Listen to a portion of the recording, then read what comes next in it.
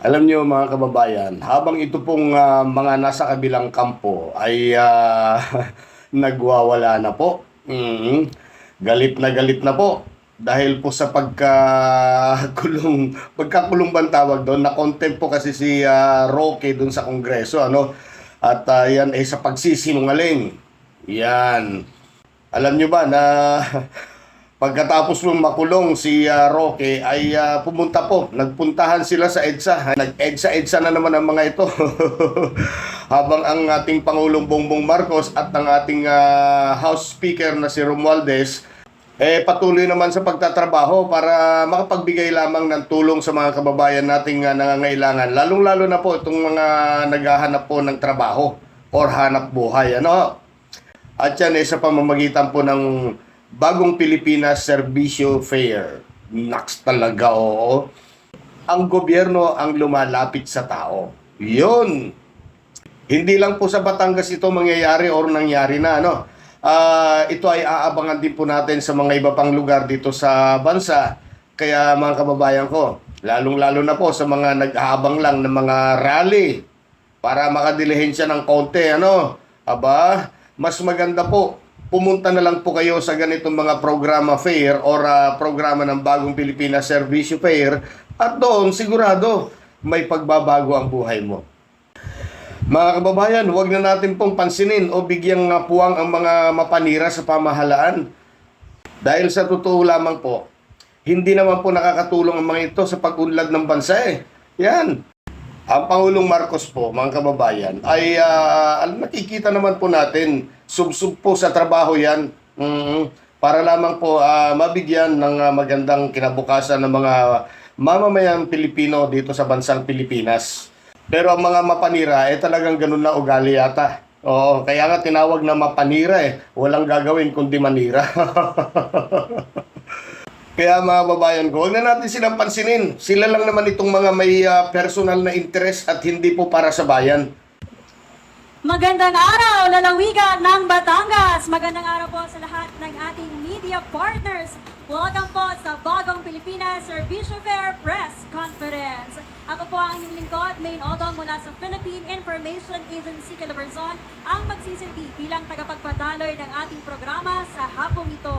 Ang Bagong Pilipinas Serbisyo Fair ay pinakabagong programa ng gobyerno sa pangunguna ni Pangulong Ferdinand Bongbong Marcos Jr. at House Speaker Martin Romualdez, katuwang ang House of Representatives at Presidential Communications Office na naglalayong mailapit sa ating mga mamamayan ang mga pangunahing serbisyo ng ating pamahalaan. Sa hapong ito, ating pag-uusapan at tatalakayin ang mahalagang impormasyon ukol sa Bagong Pilipinas Serbisyo Fair na dinala na at inilapit sa mga Batanggenyo.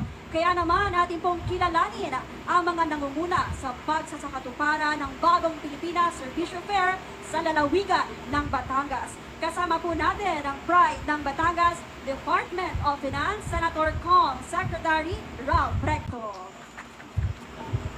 Gayon din mula naman sa opisina ni House Speaker Martin Romualdez, Deputy Secretary General Ponyong Gabonada. Gayon din po, kasama natin ang butihing ama ng progresibong lungsod ng Lipa, Honorable Mayor Eric Africa.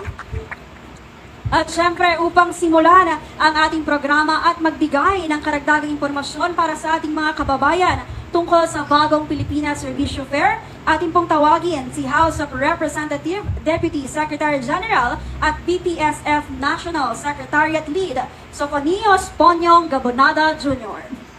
Thank you very much. First and foremost, we would like to extend our courtesies, of course, to our very gracious. At of course, sa ating butihing mayor ng siyudad ng Lipa, isa sa mga pinaka-progresibong siyudad sa buong Pilipinas, palakpakan po natin, Mayor Eric Africa. Malugod po kaming nakarating dito sa Batangas. Of course, hindi po ito naging posible kung hindi sa very willing and very supportive host ng BPSF Batangas, Of course, si Secretary Recto, hindi po siya nagdalawang isip na dalhin at bitbitin ang programa ng mahal na Pangulong Bongbong Marcos dito sa Batangas para pakinabangan ng ating mga kababayan dito sa inyong probinsya. Alam kong maraming kayong katanungan, marami kayong gustong malaman tungkol sa BPSF. Sasagutin po namin ang lahat ng mga sagot na gusto nyong ibato sa amin. But kailangan ko sigurong ipasa ang mikropono sa ating Secretary para sa kanyang pambungad na pananalita. Maraming salamat po.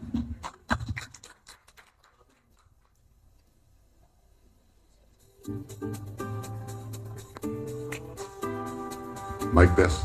Maraming salamat, Onyong, sa ating Deputy Secretary General, lead ng National Secretariat, sa programang inihahatid ni Speaker at ang ating Pangulo dito sa Lalawigan ng Batangas.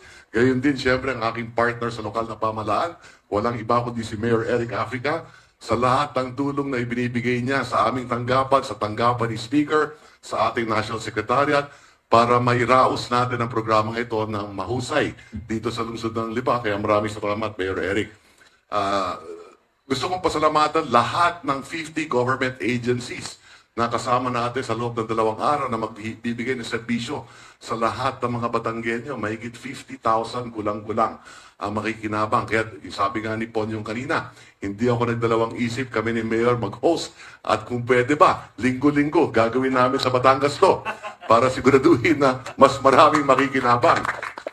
But having said that, ang programa talaga ito na pinag-isipan na mabuti ng Speaker Martin Romualdez ay siguraduhin na mahigit 13 million families sa buong Pilipinas ang makikinabang sa iba't ibang programa, proyekto ng pamahalaan. Sa katunayan, sa taong ito, mahigit 560 billion ang iba't ibang klaseng ayuda, pagbibigay ng oportunidad, kasama na dyan yung free public college education, halimbawa, at yung different tulong na binibigay ng DSWD at iba't ibang ahensya sa ating mga mamamayan.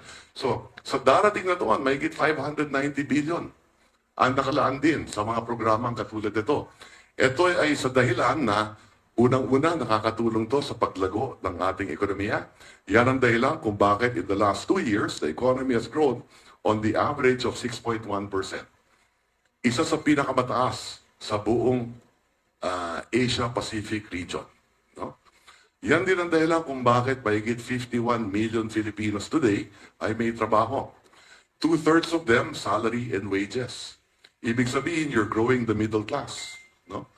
Yan din ang dahilan kung bakit 2.5 million families ang nabawasan sa kahirapan in the last 2 years, in the first 2 years of the Marcos administration. So we are on the right track sa mga programang ginagawa natin. At ako, saksi ako, sa buong Pilipinas, yung mga programang ito, hindi lang ito, kundi yung mga infrastructure projects, yung mga konting ayudang binibigay, at pinakamalaga, oportunidad na binibigay sa ating mga kababayan para makapagtayo ng negosyo o makapag-aral man sa kolehiyo. So, ito ang heart ng programa natin sa BBM administration para magkaroon tayo ng bagong Pilipinas. No? So, handa kaming sagutin ang inyong mga katanungan at gusto ko kayong pasalamatan din dahil kayo ang partner natin para mayatid itong impormasyon na ito sa ating mga kababayan. In the next 2 days, we expect also about 24,000 and counting have registered to benefit from the different services na ibibigay ng 50 government agencies. Hindi ako, kung tama yung natatanda ko, mahigit 89 programs ang hatid ng 50 government agency. So lahat ng letra ng government directory, ng lahat ng agencies ay nandito na. At ito'y ginagawa hindi lamang sa Batangas, kundi sa buong Pilipinas. So maraming salamat kay Speaker Martin sa kanyang tanggapan at siyempre sa lahat ng congressman. Ang isa pa gusto kong idagdag na nakakatuwa, nung araw, ang congressman ang tumatayo lang na kinatawan ng mamamayan sa kanyang distrito. Pero ngayon sa leadership ni Speaker Martin, makikita natin na katulad ngayon, bukas, mahigit 130 congressman ang pupunta dito sa lungsod ng Lipa para maging saksi at hindi lang saksi, sila nagpatibay ng batas, kaya tayo may programa ito, tulong-tulong ang bawat congressman ngayon na alam nila yung problema, hindi lamang ng kanilang distrito, kundi sa lahat ng distrito sa buong Pilipinas. Kaya ulit, maraming salamat kay Speaker Martin sa mga programang hatid sa buong Pilipinas. Maraming salamat po.